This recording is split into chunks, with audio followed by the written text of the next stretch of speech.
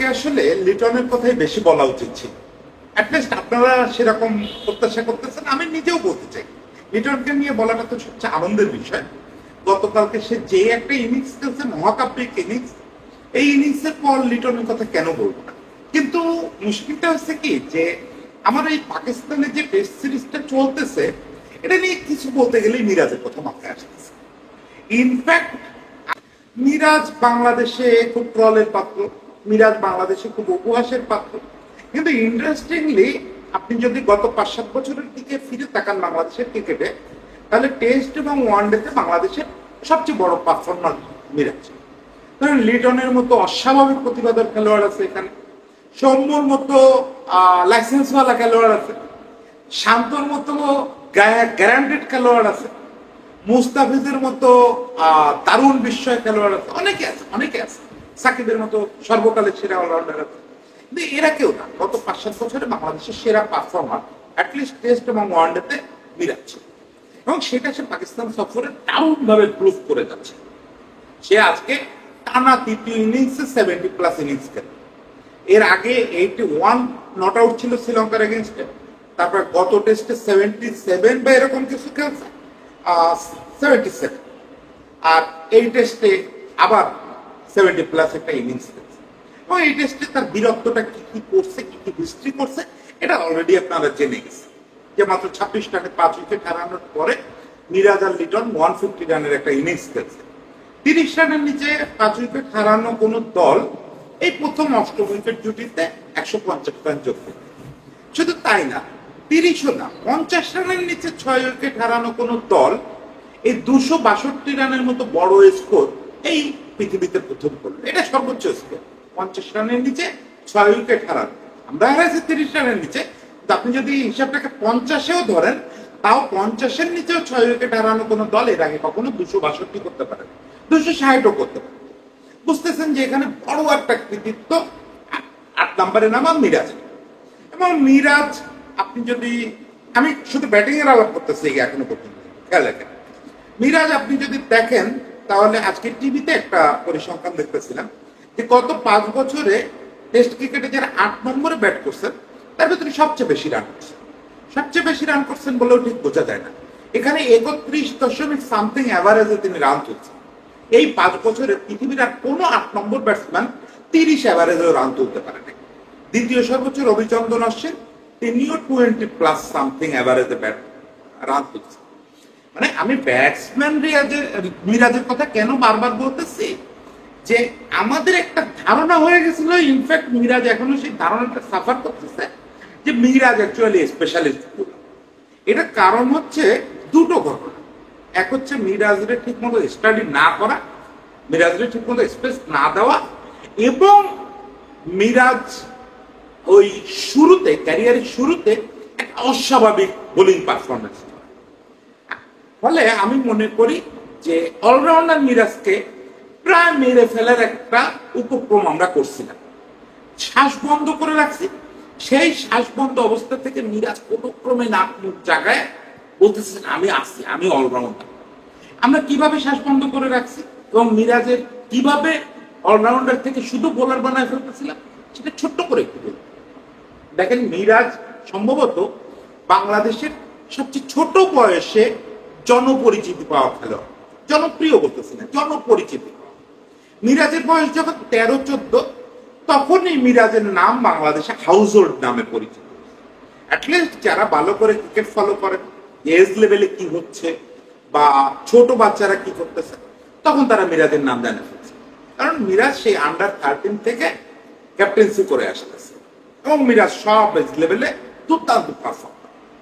সম্ভবত ও যখন আন্ডার-15-এ, তখন কি একটা বড় অ্যাচিভমেন্ট করায় ওকে মিরপুর স্টেডিয়ামে আইসিসি চেয়ারম্যান একটা ছোট সুভেনির হ্যান্ড ওভার।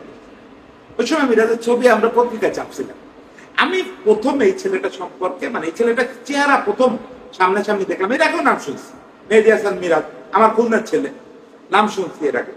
তো মিরাজ যে প্রথম ছবি দেখলাম, ছবি ছাপা হলো একবারে লিখে ছোট ছোট করে ছাটা চুল, একটা ছেলে। এরপরে মিরাজ একেবারে জনপরিচিত পেলে হচ্ছে 2016 সালে 2016 সালে ঘরের মাটিতে বিশ্বকাপ, আন্ডার-19 ক্যাপ্টেন সে। আন্ডার-19 সেবারের দলটা আহামরি ছিল না, কিন্তু ঘরের মাটিতে খেলা একটা প্রত্যাশা ছিল যে মিরাজের দল ফাইনাল। তা হয়নি, সেমিফাইনালে মিরাজের দল আউট হয়ে গেছে। But Miraz was outstanding. সর্বোচ্চ রান ছিল এই টুর্নামেন্টে শান্তর। শান্তর রান ছিল হচ্ছে 259, শান্তর 259, আর মিরাজ 242। মানে বাংলাদেশের দ্বিতীয় সর্বোচ্চ স্কোরার ছিল মিরাজ। আবার উইকেটের দিক থেকে যদি দেখেন, সর্বোচ্চ উইকেট শিকারী ছিল সাইফুদ্দিন, 13টা উইকেট পেয়েছে। মিরাজ দ্বিতীয় সর্বোচ্চ উইকেট শিকারী, 12টা উইকেট। মানে ব্যাটিং বোলিং দুই জায়গায় 2 নম্বর নামটা মিরাজের, ফলে সে টুর্নামেন্টের সেরা খেলোয়াড় হলো। এবং এটাই আসলে মিরাজ। আপনি যদি মিরাজকে বুঝতে চান, তাহলে মিরাজ আসলে এরকমই ছিল যে উইকেটটা একটু বেশি পেত, কিন্তু তার ব্যাটিং বোলিং দুটো সমান ছিল। সে আন্ডার-19 লেভেলে, মানে যুব ক্রিকেট লেভেলে সারা পৃথিবীর সবচেয়ে গুরুত্বপূর্ণ অলরাউন্ডারদের একজন ছিল। আপনি যদি পরিসংখ্যান দেখেন, তাহলে এজ লেভেল লিমিটেড ক্রিকেটে 11তম সর্বোচ্চ রান স্কোরার মিরাজ। ইতিহাসের 11তম সর্বোচ্চ রান স্কোরার মিরাজ, এবং সর্বোচ্চ উইকেট শিকারী মিরাজ। তার মানে বুঝতেছেন যে ব্যাটে বলে কোথাও তার কোনো খামতি ছিল না ওই পর্যন্ত। এবং মিরাজ যখন জাতীয় দলের কাছাকাছি আসলো 2016-17তেই, 16তে তো যে আমরা সেমিফাইনাল খেললাম আন্ডার-19-এ, তারপর পরই মিরাজ, সাইফুদ্দিন, শান্ত, এরা 3 জন আলোচনায় চলে আসলো ওই টিম থেকে। যে শান্ত ওই টুর্নামেন্টের সেরা ব্যাটসম্যান ছিল আমাদের, সাইফুদ্দিন সেরা বোলার ছিল, আর মিরাজ সেরা খেলোয়াড় ছিল। মিরাজ টুর্নামেন্টেরই সেরা খেলোয়াড়ের পুরস্কার জিতছে। তো এর মধ্যে মিরাজের অভিষেকটা আগে হলো। মিরাজের অভিষেকটা ওরে একটা ডিলেমার মধ্যে ফেলে দিল, মানে ওর পরিচয় নিয়ে একটা সংকট তৈরি হলো। কেমন সংকট তৈরি হলো? মিরাজ অলরাউন্ডার, কিন্তু তখন মিরাজকে মিডল অর্ডারের জায়গা দাও। মিরাজের যেটা জায়গা যে 5-6, মিনিমাম 7-7-এর নিচে আর নামার উচিত না মিরাজের ওই ব্যাটিং নিয়ে, কিন্তু সেই জায়গাটা দেওয়া যাচ্ছিল। ফলে ইংল্যান্ডের বিপক্ষে সে অভিষেক টেস্টে যথারীতি 8 নম্বরে ব্যাট করলো, 8 নম্বর হিসেবে নেওয়া হলো তাকে, এবং বোলিং করতে হবে। বোলিং করতে গিয়ে কেলেঙ্কারিটা করে ফেললো। মিরাজ অভিষেক ইনিংসে 6 উইকেট নিয়ে, পরের ইনিংসে 1টা, 7টা, এর পরের টেস্টে 2 ইনিংসে 6টা করে, মানে 4 ইনিংসে 19 উইকেট নিয়ে। এটা হচ্ছে পৃথিবীর কোন বোলারের 2 টেস্টের অভিষেক সিরিজে সর্বোচ্চ উইকেট শিকার, 19 উইকেট। মানে এটা অবিশ্বাস্য একটা ব্যাপার, অবিশ্বাস্য একটা ব্যাপার। 2 টেস্টের সিরিজে 19 উইকেট নেওয়া মানে, এতে মিরাজের যত না উপকার হলো তার চেয়ে বেশি ক্ষতি হলো আমার বিচারে। মিরাজ হয়তো দলে জায়গা নিশ্চিত করে ফেললেন, কিন্তু মিরাজের ক্ষতিটা কি হলো? ব্যাটসম্যান হিসেবে মিরাজের যে ট্রিটমেন্ট পাওয়ার কথা ছিল, যে গুরুত্ব পাওয়ার কথা ছিল, সেটা একেবারেই মিরাজ ওই 8-9 থেকে আর প্রমোশন পেলেন না। আজকে 2024 সাল চলে, মিরাজের ক্যারিয়ারের বয়স 16 থেকে 24, মানে 8 বছর হয়ে গেছে। মিরাজ এখন মোটামুটি সিনিয়র খেলোয়াড়। মিরাজ এখন আমাদের সেই বাচ্চা মিরাজটা এখন আর নাই। স্টিল একটা সিনিয়র খেলোয়াড় হিসাবে এত বড় কন্ট্রিবিউশন করার উপরে, সব ধরনের ক্রিকেটে, ওয়ানডে টেস্ট 2খানে প্রায় 1,500-এর উপরে রান, 100 শতাধিক উইকেট, এই নিয়ে মিরাজের আরেকটু বেটার ট্রিটমেন্ট আশা করতো সে, অ্যাটলিস্ট ব্যাটিং। কিন্তু 2024 সালেও সে 8 নম্বরে ব্যাট। কেন মিরাজ পৃথিবীর সেরা 8 নম্বর ব্যাটসম্যান হবে? এই অবিচারের শিকার রিয়াদ হয়েছিল। সুনীল গাভাস্কার বলছিলেন যে বেস্ট এবার 8 নম্বর ব্যাটসম্যান। আচ্ছা, এটার কি আপনার প্রশংসা মনে হয় নাকি ঠাট্টা মনে হয়? আপনি যখন আপনার দলের সেরা ব্যাটসম্যানদের একজনকে 8 নম্বরে পাঠান, এবং সেখানে গিয়ে রেগুলার সেঞ্চুরি, 50 এগুলো করতেছে, একটা লোক 81, 77, 76 3টা ইনিংসে টানা করলো, শ্রীলঙ্কা এবং পাকিস্তানের বোলিং সামলায়, এই লোকটা আপনি 8 নম্বরে খেলা যাবেন?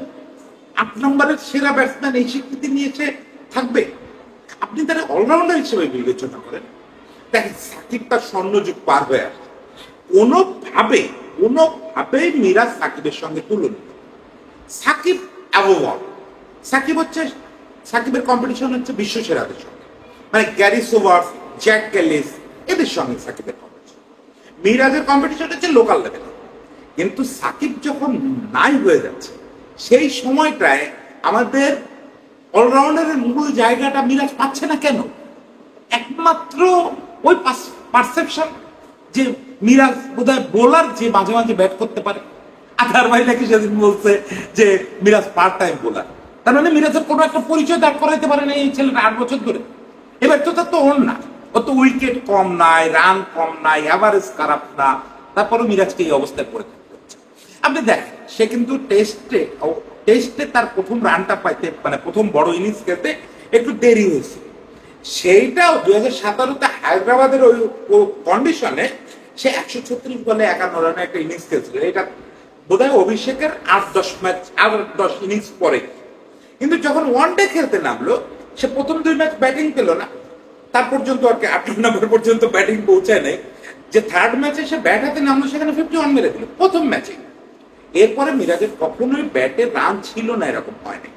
টেস্টে ওয়েস্ট ইন্ডিজের বিপক্ষে যে সেঞ্চুরিটা মারছিল 8 নম্বরে নেমে, ওইটা আমার দেখা ফাইনেস্ট ইনিংস বলতেছি না, আবার ভাবেন না যে তেল দিচ্ছি মানে তেল দিয়েই যাচ্ছে, আমার দেখা সবচেয়ে সংগ্রামী ইনিংস বাংলাদেশের।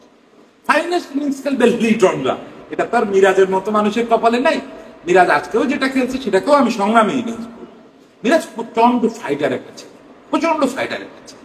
মিরাজের কোনো জায়গায় কোনো ঘাটতি নাই, মানে ব্যাটে বলে আপনি যে কোথাও বলবেন যে এই ছেলেটারে এই কারণে আমরা উপেক্ষা করতেছি, অ্যাটলিস্ট সে ডিজার্ভ করে 6 বা 7।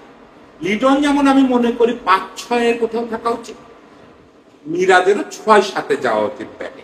যে লোকটার ব্যাটে এত রান আছে, দেখেন আমি কাউরে ছোট করতে, আপনার ক্যাপ্টেন প্রতিদিন নাম্বার 3-তে গিয়ে কি করে? নাম্বার 3-তে গিয়ে মানে সে 4টা সেঞ্চুরি মারছে কোন আমলে, সেই 4টা সেঞ্চুরি দিয়ে চলতেছে। মিরাজরে আপনি টানা 1 বছর নাম্বার 3-তে খেলান না। মিরাজ যদিও নতুন বলে একটু ঘাবড়ায়, তারপরেও আপনি নাম্বার 3-তে খেলান, ও 3 বছরের মধ্যে 10টা সেঞ্চুরি মারছে। সেঞ্চুরি না মারতে বললেও 1/50 মারবে, তাতে কোনো সন্দেহ নেই। আমি শান্তরে ছোট করতেছি, শান্তর ক্যাপাবিলিটি আছে টেস্টে খেলা, কিন্তু অ্যাটলিস্ট শান্ত যদি সুযোগ পায়, সেই সুযোগটাই ছেলেটা পাচ্ছে না। এখন কথা হচ্ছে যে এর সঙ্গে আমি আরো একটু মিরাজের প্রাপ্য নিয়ে কথা বলি, তারপরে মিরাজের সমালোচনার পয়েন্টগুলোর উত্তর দেব। সেটা হচ্ছে আমি মনে করি টেস্ট এবং ওয়ানডেতে ক্যাপ্টেন হওয়া উচিত মিরাজের। টি-20তে মিরাজ দলে চান্স পাবে কিনা এটা একটা বিতর্কের বিষয়। আমি মনে করি মিরাজকে যদি ভালো উইকেটে যথেষ্ট ম্যাচ খেলার সুযোগ দেওয়া হয় ঘরোয়া ক্রিকেটে, তাহলে মিরাজ টি-20-র জন্য কার্যকর একজন অলরাউন্ডার হতে পারে। কিন্তু মনে করা দিয়ে তো কিছু যা আসবে না, এখানে প্রুভ করতে হবে। মিরাজের টি-20-তে কয়েকটা স্কোর আছে, কিন্তু কোনোটাই ওই ভালো স্ট্রাইক রেটের না। ফলে আমি আলোচনার খাতিরে আপাতত তাকে টি-20 থেকে একদমই ড্রপ করে দিচ্ছি। কিন্তু টেস্ট আর ওয়ানডেতে তার বিকল্প নেই, আপনি তাকে কোনোভাবেই 11 থেকে বাদ দিতে পারবেন না। ফলে এই দলে যদি সাকিব আল হাসানের এই ডেড মুভমেন্টে এসে একটা লোকও থাকে যে এই দলে গ্যারান্টেড টেস্ট এবং ওয়ানডে 2-11 এই গ্যারান্টেড, সেটা মিরাজ। এই লোকটার হাতে ক্যাপ্টেন্সি না দিয়ে আপনি ক্যাপ্টেন্সি দিয়ে রাখছেন এমন একটা লোকের হাতে, এমন একটা বাচ্চার হাতে, যে ছেলেটি একাদশের জায়গা নিশ্চিত রাখা সবসময় তার পক্ষে সম্ভব হচ্ছে। শান্তর ব্যাটিং নিয়ে আমার কোনো আপত্তি নেই, কিন্তু শান্ত যে টানা অকর্মের মধ্যে দিয়ে যায়, শান্ত তো ইন আউটে থাকার কথা 11, শান্ত তো মানে জায়গায় নিশ্চিত করতে পারতেছে না। সেই ছেলেটাকে আপনি ক্যাপ্টেন্সি দিয়ে রাখছেন। এখন কথা হচ্ছে জায়গা নিশ্চিত হলেই সে ক্যাপ্টেন্সি পাবে না, তা বলতেছি না। আমি বলতেছি মিরাজের ক্যাপ্টেন্সির অসাধারণ রেকর্ডে। মিরাজ যখন বিপিএল এ ক্যাপ্টেন্সি করছে, মিরাজ যখন এজ লেভেলে সেই আন্ডার-13 থেকে আন্ডার-9 পর্যন্ত ক্যাপ্টেন্সি করছে, you are super captain. On field তার ক্যাপ্টেন্সি নিয়ে আপনারা যদি কেউ আমার সঙ্গে তর্ক করতে আসেন, আমার মনে হয় ভুল করবেন। কারণ মিরাজরে আমি ওই যে বললাম আন্ডার-15 থেকে ক্যাপ্টেন্সি করতে দেখতেছি। মিরাজ অনফিল্ড কতটা ভালো ক্যাপ্টেন ওটা আমি অনেকের চেয়ে ভালো জানি। আমি খুব বেশি মানে অহংকার নিয়ে কথা বলি না, কিন্তু এই ব্যাপারটা নিয়ে বললাম। মিরাজের ক্যাপ্টেন্সি বহু কাল দেখতেছি, বহু জায়গায় দেখছি, ফলে সে খুব দুর্দান্ত ক্যাপ্টেন। এর সঙ্গে মিরাজের 2টা অফ-ফিল্ড ক্যাপ্টেন্সির অসাধারণ গুণ আছে। এক হচ্ছে মিরাজ সবার সঙ্গে দারুণ মিশতে পারে, যেটা নিয়ে ওরে ট্রল করা হয় যে ও সাকিবও ওর বড় ভাই, তামিমও ওর বড় ভাই। দেখেন মিরাজের সঙ্গে মন কলাকালি আছে এরকম কোন মানুষের কথা আমি আজ পর্যন্ত শুনিনি। সাংবাদিক বলেন, কর্মকর্তা বলেন, খেলোয়াড় বলেন, বা এই বিজ্ঞাপনদাতারা বলেন, দিন দুনিয়ার যে জায়গায় মিরাজ যায়, মিরাজ সেই জায়গায় সবচেয়ে পপুলার মানুষ, মানে সবার সঙ্গে মিশতে পারে। ফলে অফ ফিল্ড ক্যাপ্টেন হিসেবে আপনি সবচেয়ে যেটা জরুরি যে আপনার খেলোয়াড়দের ভিতরে সবচেয়ে জনপ্রিয়, সেই টিমের সবচেয়ে জনপ্রিয় খেলোয়াড়। ফলে অন ফিল্ডে ভালো ক্যাপ্টেন, অফ ফিল্ডে ভালো ক্যাপ্টেন। এর সঙ্গে মিরাজের আরেকটা জিনিস আপনারা নেগেটিভ হিসাবে দেখেন, সেটা হচ্ছে তার মিডিয়া রিলেশন। বা পিয়ার, আপনারা অনেকেই বলেন যে সে হচ্ছে পিয়ার, তাই হ্যাঁ, আমি খুবই অ্যাগ্রি করি। আজকের দিনে আপনি যদি একটা ব্র্যান্ডের কথা ভাবেন, কোন ব্র্যান্ডটা ভালো পিয়ার ছাড়া চলে বলেন তো? আপনার যদি একটা ব্র্যান্ডকে দাঁড় করাতে হয়, আপনার যদি একটা ব্র্যান্ডকে স্ট্যান্ডার্ড জায়গায় নিয়ে যেতে হয়, ওই ব্র্যান্ডের পারফরমেন্স যেমন জরুরি, ওই ব্র্যান্ডের পিয়ারও তেমন জরুরি। মানে আপনি পিয়ার ছাড়া একটা ব্র্যান্ডকে বড় করতে পারবেন। আপনি যদি আজকে ভাবেন যে বাংলাদেশ টিম বদ্ধ স্টেডিয়ামে খেলা খেলতেছে, কোনো টেলিভিশনে টেলিকাস্ট হচ্ছে না, কোনো সাংবাদিক এটা নিয়ে লিখতেছে না, কেউ এটা নিয়ে কন্টেন্ট বানাচ্ছে না, তাহলে এই বাংলাদেশ টিমের খেলার কোনো অর্থ থাকবে? কেউ কিছু জানবে না। ক্যাপ্টেন যখন পিয়ার রোল প্লে করে তখন ওইটা ব্র্যান্ডের জন্য উপকারী, কারণ সেই কোন আমলে বড় বড় ক্রিকেট দার্শনিকরা বলে গেছেন যে cricket needs hero, a nation needs hero. এই হিরোটা কিভাবে তৈরি হবে? এই হিরোটা মিডিয়া রিলেশনের ভিতর দিয়ে তৈরি। যত নেগেটিভ ভাবে দেখেন না কেন, এটা একটা দারুণ গুরুত্ব আছে। এইটা ব্র্যান্ড ইমেজ তৈরি করে, ক্রিকেট দলের প্রতি একটা রেসপেক্ট তৈরি করে এবং ক্রিকেট দলকে ওই পারফরমেন্সে উদ্বুদ্ধ করে। ফলে আমি মনে করি মিরাজ যে পিয়ার গাই বলা হয়, মিরাজের এই পিয়ার গাইটাকে নেগেটিভ ভাবে না দেখে পজিটিভ ভাবে দেখে। যে মিরাজ যখন যদি ন্যাশনাল টিমের ক্যাপ্টেন হয় টেস্ট এবং ওয়ানডেতে, সে এই দুটো দলের ভাবমূর্তি নিয়ে একটা সরাসরি হ্যান্ডেল করতে পারবে প্রেসের সাথে। এরপরে তার বিপক্ষে একটা বড় যুক্তি হচ্ছে যে সে মানে সব তরকারির আলু, মানে সাকিবের দলেও আছে, মাশরাফির দলেও আছে, তামিমের দলেও আছে। এটা তো ভালো। সে যে বলে যে ভাইয়া বলছে, ভাই বলছে করছে, ভাই বলছে করছে, এটা তো ভালো। সে কাউরে চটায় না। তার উপরে আস্তে আস্তে বলেই না, মাঠে যখন সাকিব তামিম পরস্পরের সঙ্গে কথা বলে না, তখন মাশরাফি তামিম বলে যে যা তোর বাইরে গিয়ে এটা বল। এটা আপনাদের একটা জিনিস মনে আছে যে যখন 2003 বিশ্বকাপে ওয়াকার ওয়াসিম পরস্পরের সঙ্গে কথা বলতো না, তখন ইনজামাম লকরে ওয়াকার বলে পাঠাইতো যা দিয়ে ওয়াকার রে ওয়াসিম রে এটা বল, আবার ওয়াসিম ইনজামাম লকরে ওইটা বলে পাঠাতো। ইনজামামের গ্রেটনেসটাতে কমছে নাকি? ইনজামাম তারপরও সর্বকালের সেরা ব্যাটসম্যানদের একজন হয়েছে না? ও সবার সঙ্গে মিশতে পারাটা কি দোষ না, গুণ না? আমি যেটা মিরাজের গুণ হিসেবে দেখি। আমি মিরাজের ক্যাম্পেইন করতে বসলে আমি দুইটা জিনিস বলতে বসছি যে মিরাজ খেলোয়াড় হিসেবে, মানে বোলার হিসেবে সে সঠিক ট্রিটমেন্ট পায়, তাতে কোনো সন্দেহ নেই। বোলার হিসেবে সে লাস্ট ইনিংসেও 5 উইকেট নিচ্ছে, পাকিস্তানের মাটিতে এটা মাত্র আমাদের দ্বিতীয়বারের মতো 5 উইকেট, এবং বোলার হিসেবে সে ট্রিটমেন্ট পাচ্ছে। ফলে এটা নিয়ে আলাদা আলোচনা করতেছি না। মিরাজ এখন আমাদের, সাকিব যেহেতু অফ ফর্মে আছে, মিরাজ এখন আমাদের সেরা স্পিনার। একই সঙ্গে মিরাজ আমাদের সেরা, প্রায় সেরা ব্যাটসম্যানও করে। ফলে মিরাজকে আরেকটু ওপরে ব্যাটিং করার সুযোগ দিতেই হবে, ব্যাপারে কোনো সন্দেহ নেই। এটা আমাদের 1 নম্বর আর্গুমেন্ট। 2 নম্বর argument, he should captain the test team and one day team. এই দুটো জিনিস মিরাজকে অনতি বিলম্বে বুঝায় দেওয়া উচিত। কারণ শান্তকে রিল্যাক্স করে দেওয়া উচিত। আমি মনে করি শান্তর ব্যাটে আরো অনেক কিছু আছে, শান্তর ব্যাট থেকে আমাদের ন্যাশনাল টিমের অনেক কিছু পাওয়ার আছে। সেইটা নিশ্চিত করতে গেলে এই ছেলেটার থেকে ক্যাপ্টেন্সি নিয়ে নিতে হবে। He is not a good captain. সোজা কথা বলে দেয়, তার অনফিল্ড ক্যাপ্টেন্সি যদি সাকিব টিমে না থাকে, টের পাবেন যে তার অনফিল্ড ক্যাপ্টেন্সি কত খারাপ। এখন ক্যাপ্টেন্সি করে মূলত টিমে সাকিব। এটা আপনার কতটা বোঝেন আমি জানি না, গত টি-20 বিশ্বকাপ থেকেই এটা চলতেছে। সাকিবই ঠিক করে দিচ্ছে কি হবে না। ফলে শান্তর অনফিল্ড ক্যাপ্টেন্সি ধরা পড়তেছে, এটা সাকিব না থাকলে টের পাবে। ফলে মিরাজকে উচিত ছিল সাকিবের সঙ্গে এই ক্যাপ্টেন্সিটা করার সুযোগ দেওয়া, তাহলে মিরাজ আরো পরিপক্ক হতো। অ্যাজ সাকিব বাংলাদেশের বেস্ট এবার অনফিল্ড ক্যাপ্টেন, সাকিবের কাছ থেকে সরাসরি শিখতে পারত। সেই সুযোগটা দেওয়া হচ্ছে না। আমি মনে করি একেবারে অনতি বিলম্বে এই সিরিজ শেষেই মিরাজকে ক্যাপ্টেন করে সাকিব থাকা অবস্থায়, যাতে সাকিবের সঙ্গে অন্তত সে 4-5টা সিরিজ কন্টিনিউ করতে পারে, তাহলে সাকিবের কাছ থেকে ওই জিনিসগুলো শিখবে। Miraz will be the best captain of Bangladesh. এবং একটা টাইম আসবে, আমি এরকম একটা দিনের স্বপ্ন দেখি, যখন বাংলাদেশ ওয়ানডে এবং টেস্ট টিম মিরাজ একটা উচ্চতায় নিয়ে যাবে, আর টি-20 টিমটা হবে পুরো বিচ্ছিন্ন। এই টি-20 টিমে টেস্ট ওয়ানডে কাউরে আমরা লাগেজ করে টানবো। টি-20 টিমটা হবে একেবারে ইয়াং ব্লাড, ফ্রেশ ব্লাডদের দিয়ে করা। ওই টিমটাকে নিয়ে আমি স্বপ্ন দেখি যে ওই টিমটার নেতৃত্ব দেবে আকবর। এই একটা ফরম্যাটের স্বপ্ন দেখি, যাক স্বপ্ন স্বপ্নের জায়গায় থাকে। আকবরের ব্যাপারটা এখনো দিল্লি বহুত দূর, জানি না এই স্বপ্ন সত্যি হবে কিনা। কিন্তু মিরাজের ব্যাপারটা তো একদম হাতে চলে এসেছে। এখনো যদি মিরাজকে এই যোগ্যতার পুরস্কার না দেওয়া হয়, তাহলে ওটা আমাদের জন্য ভুল হবে। আমি আশা করি ফারুক ভাই আসছেন, ফাহিম ভাই আসছেন, ওনরা এই ব্যাপারগুলো আমার চেয়ে ভালো বোঝেন। ফাহিম ভাই মিরাজের গুরুত্ব বাংলাদেশের সবচেয়ে ভালো বোঝেন, ফারুক ভাইও খুব ভালো বোঝেন। আমার ধারণা ওনরা খুব দ্রুত এরকম কোনো একটা ডিসিশন নেবেন। সেই ডিসিশনের অপেক্ষায় থাকলাম। সবাইকে শুভেচ্ছা।